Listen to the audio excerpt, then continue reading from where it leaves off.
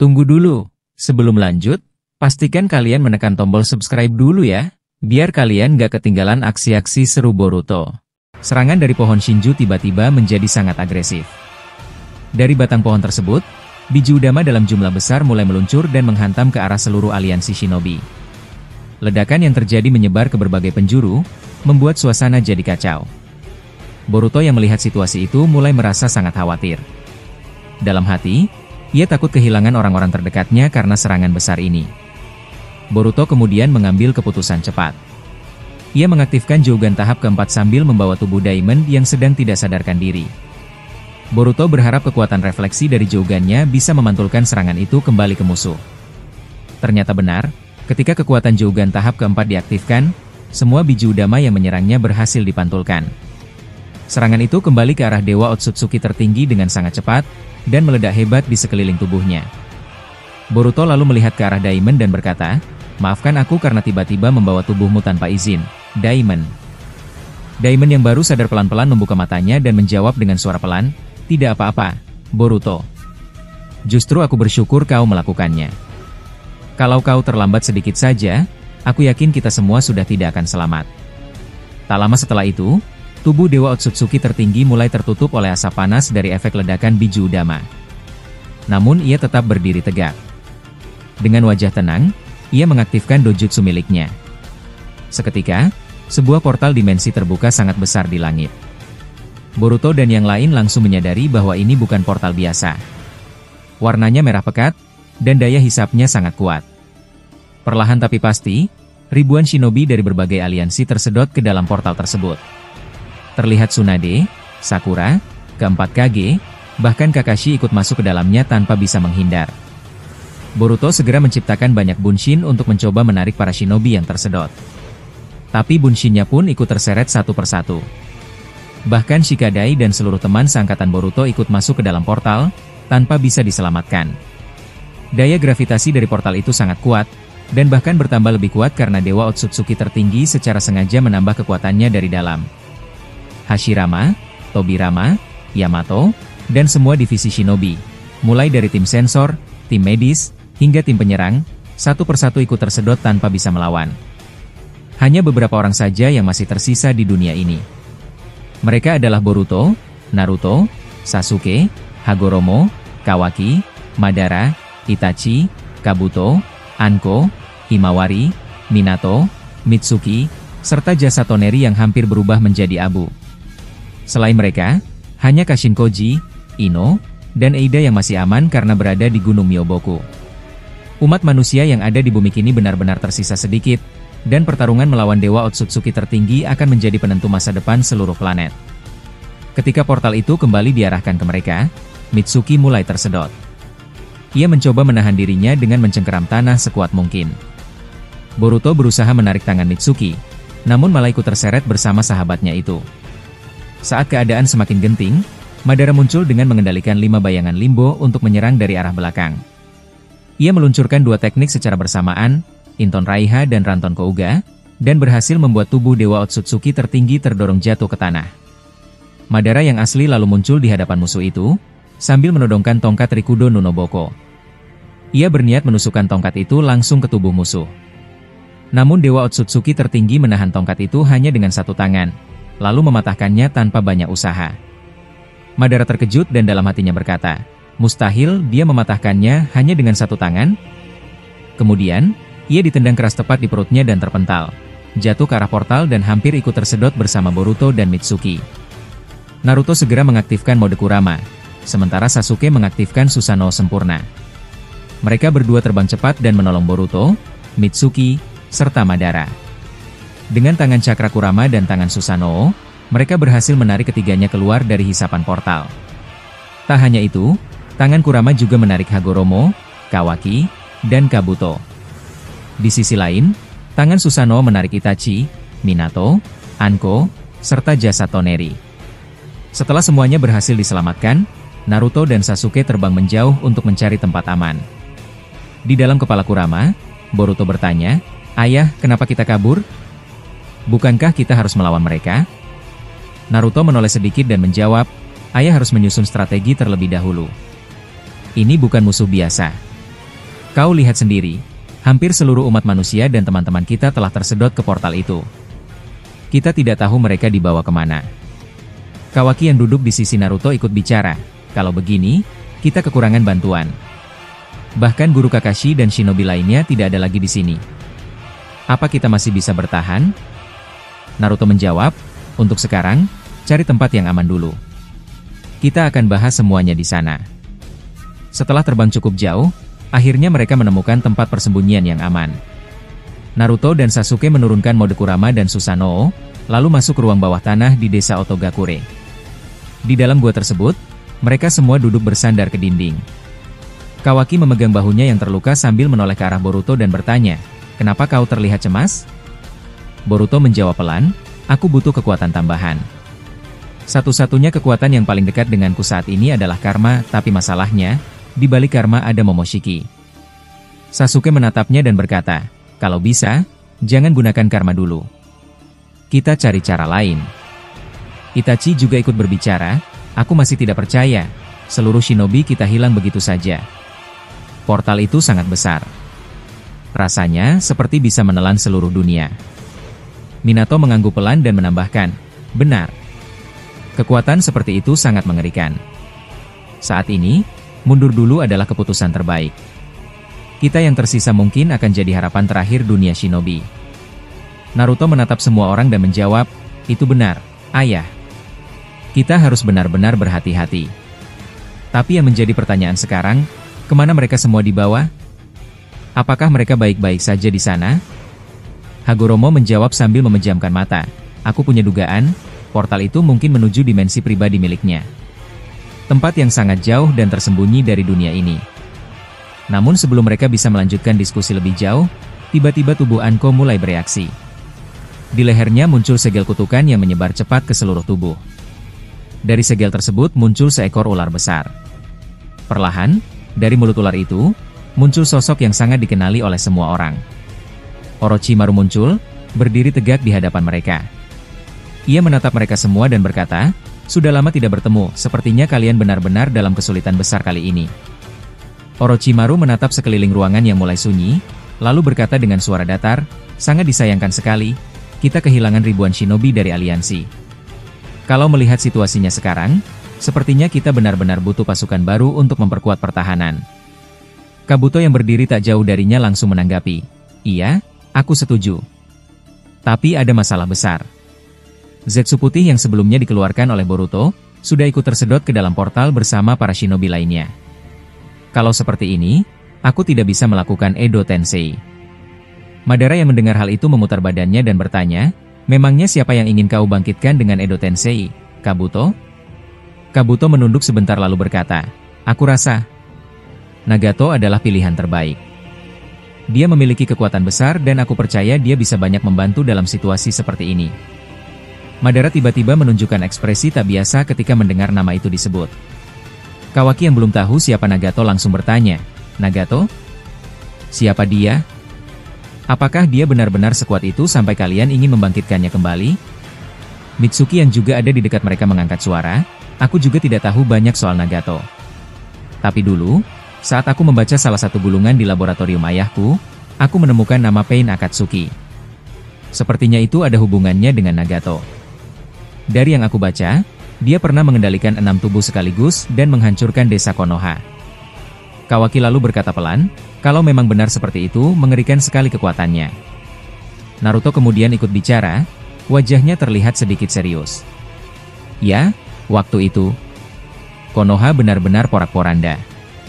Tapi sekarang bukan waktunya membahas masa lalu. Kita butuh kekuatan. Boruto, cepat bantu keluarkan Zetsu putih lagi."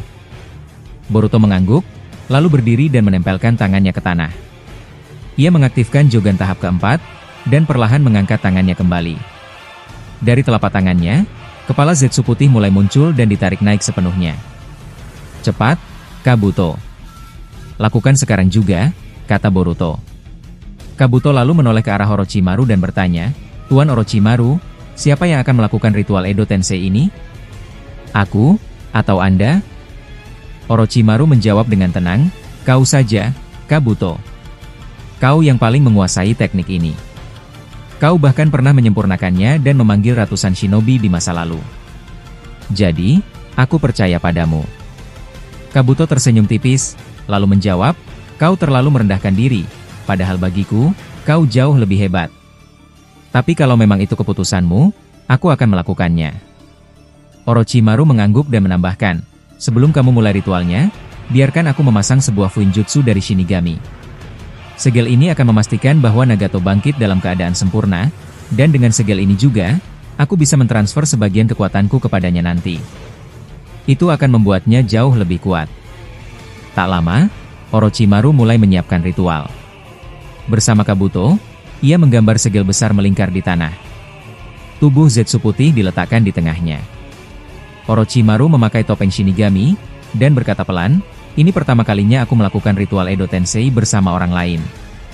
Sementara itu, di tempat lain, Dewa Otsutsuki tertinggi berdiri di tengah medan pertempuran yang telah ia kuasai. Salah satu bawahannya berkata dengan nada kesal, mereka melarikan diri. Apakah kita akan mengejar mereka? Dewa Otsutsuki tertinggi menjawab dengan tenang, tidak perlu. Aku sudah tahu di mana mereka berada. Seorang Otsutsuki lainnya menoleh dan bertanya, apa kau melihat lokasi mereka dengan dojutsumu? Sang dewa menjawab, ya.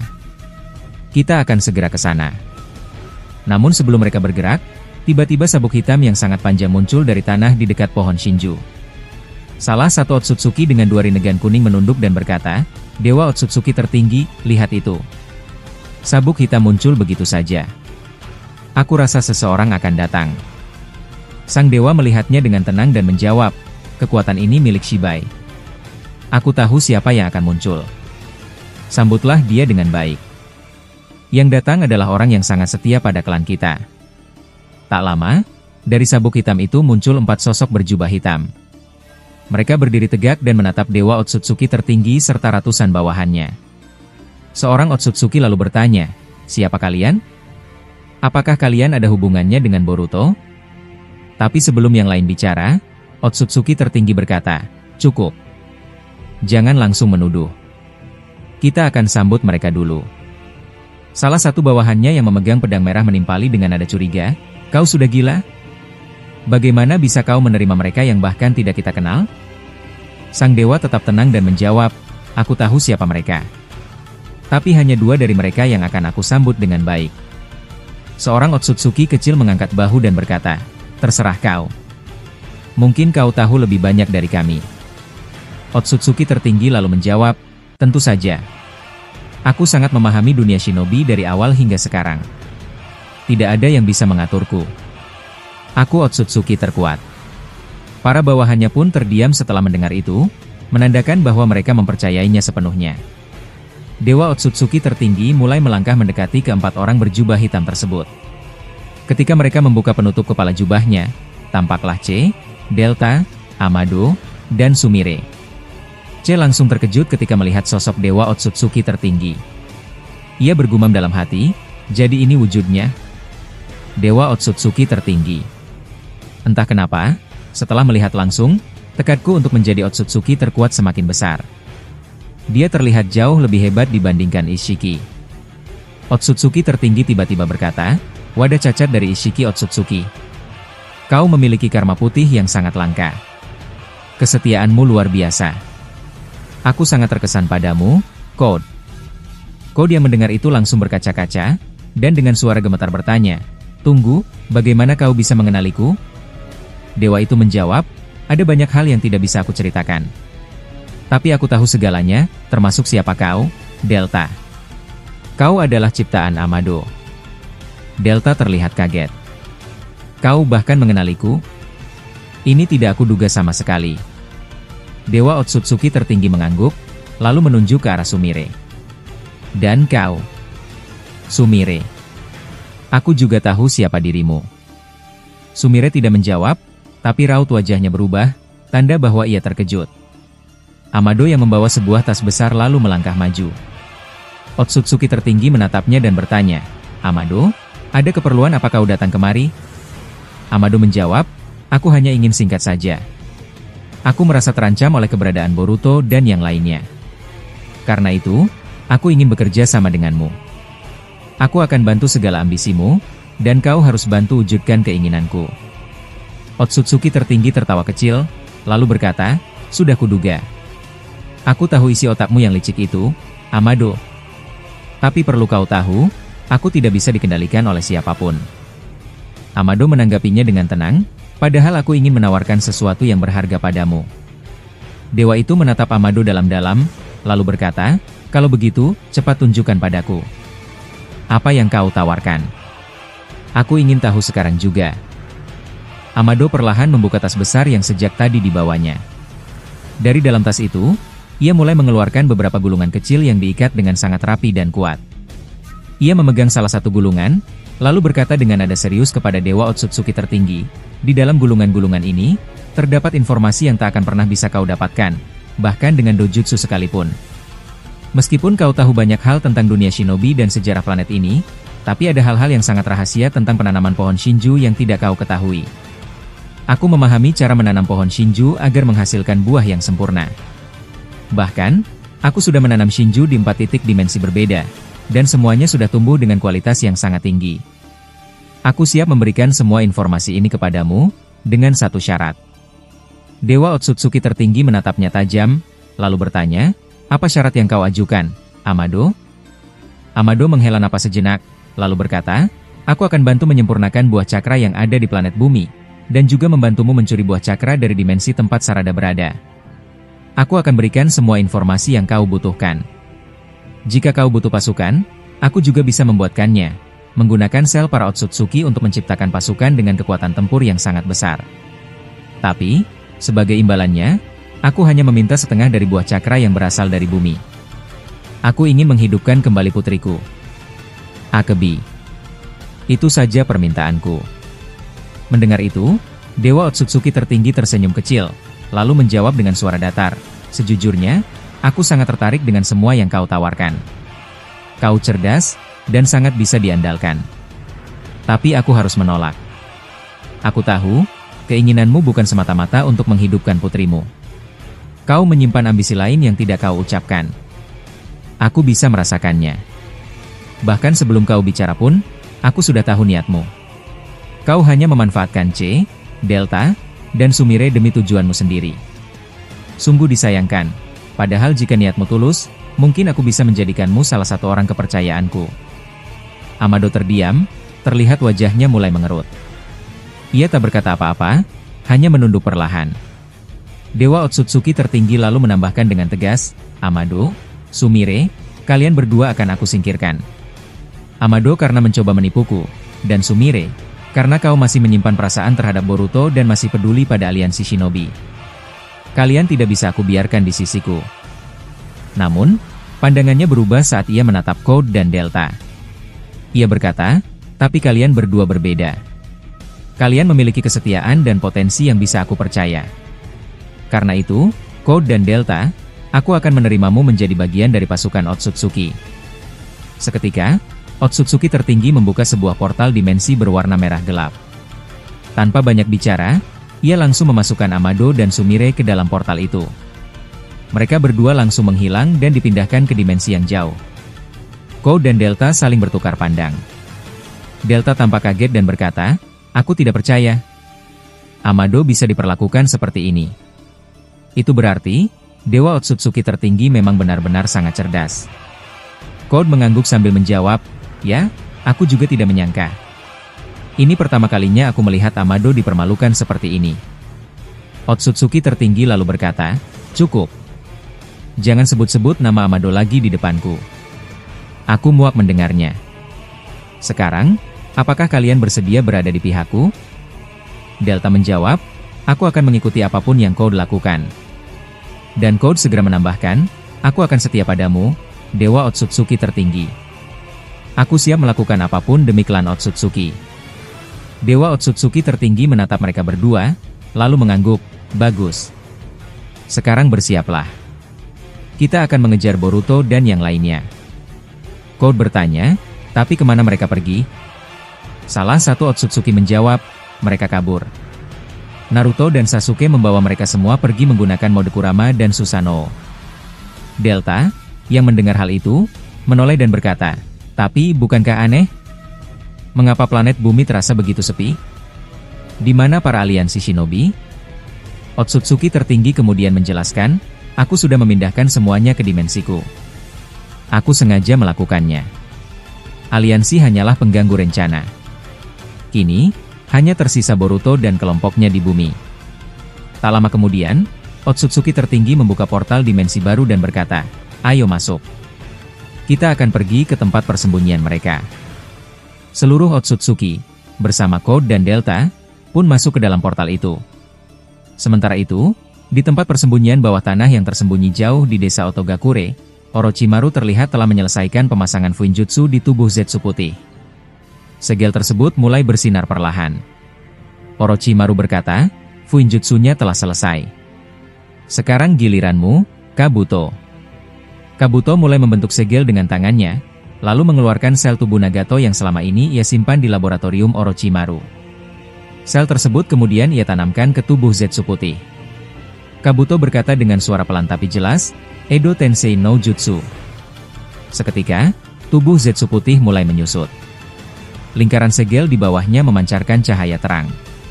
Perlahan, bentuk tubuh Nagato mulai muncul, dimulai dari kakinya, lalu ke bagian atas tubuhnya, hingga akhirnya wajahnya tampak dengan jelas. Semua orang di ruangan itu menatapnya dengan serius dan penuh kewaspadaan. Kawaki yang memperhatikan kebangkitan Nagato itu bergumam dalam hati, jadi ini, shinobi bernama Nagato. Aku bisa merasakan kekuatan besar yang keluar dari tubuhnya. Tak lama, jubah merah khas Akatsuki berkibar pelan di tubuh Nagato. Ia membuka matanya, dan terlihat jelas bahwa kedua matanya adalah Rinnegan. Kawaki yang melihatnya langsung berkata, apa itu? Rinnegan? Naruto menanggapi dengan suara serius, iya, dia memang pengguna Rinnegan. Kekuatan itu sangat berbahaya. Di masa lalu, ia dikenal sebagai pengguna 6 jalan Pain yang sempat menghancurkan desa Konoha. Kawaki dan Mitsuki langsung terdiam, tampak wajah mereka menunjukkan kekagetan. Beberapa saat kemudian, kesadaran Nagato mulai pulih sepenuhnya. Ia melihat sekeliling dengan tatapan bingung, lalu menatap Itachi dan bertanya, Itachi? Apakah perang dunia shinobi keempat belum berakhir? Itachi menggelengkan kepala dan menjawab, perang itu sudah lama selesai, Nagato. Belasan tahun telah berlalu. Sekarang kita hidup di zaman yang sangat berbeda. Orochimaru kemudian menambahkan, maaf karena kami membangkitkanmu secara tiba-tiba. Tapi situasi sekarang sangat genting, dan kekuatanmu sangat kami butuhkan. Kabuto ikut bicara, aku juga telah memodifikasi tubuh Edo Tenseimu hingga sempurna. Kau bisa menggunakan kekuatan Rinnegan MU sepenuhnya tanpa kehabisan cakra. Tidak akan ada efek samping. Kau akan lebih kuat dibandingkan saat masih hidup. Nagato lalu menatap ke arah Naruto dan bertanya, apa itu benar-benar dirimu, Naruto? Naruto mengangguk dan menjawab, ya, ini aku. Zaman sudah sangat berubah. Banyak hal telah terjadi. Nagato lalu bertanya lagi, siapa sebenarnya musuh yang kalian hadapi? Jelaskan semuanya padaku. Boruto yang sedari tadi diam, mulai mengaktifkan Jogannya tahap keempat. Ia menciptakan sebuah ilusi yang menggambarkan seluruh peristiwa dari awal, mulai dari kemunculan Momoshiki hingga pertarungan saat ini. Nagato menatap ilusi itu dengan seksama, terlihat jelas ekspresi terkejut di wajahnya. Setelah itu, ia berkata, bisakah aku melihat juga peristiwa yang terjadi saat Perang Dunia Shinobi keempat dulu?